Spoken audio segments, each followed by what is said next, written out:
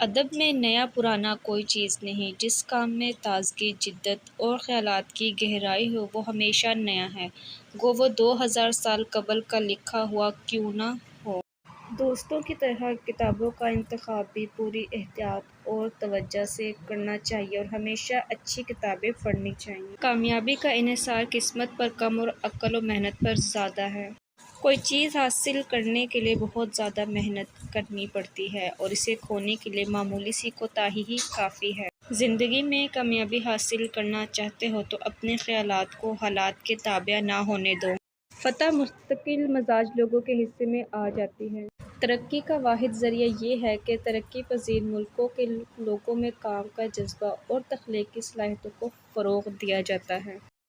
قربانی اور کامیابی لازم و ملزوم چیزیں ہیں۔ جہاں قربانی نہیں وہاں کامیابی کا وجود بھی نہیں۔ 3 سبزیاں ایسی ہیں جن کے کھانے سے 40 سال کا بوڑھا مرد 20 سال کے لڑکے جیسا جوان ہو جاتا ہے، کدو، بینگن اور گوبھی۔ جو اچھی کتابیں پڑھنے کا شوق نہیں رکھتا وہ معراج انسان سے گرا ہوا ہے۔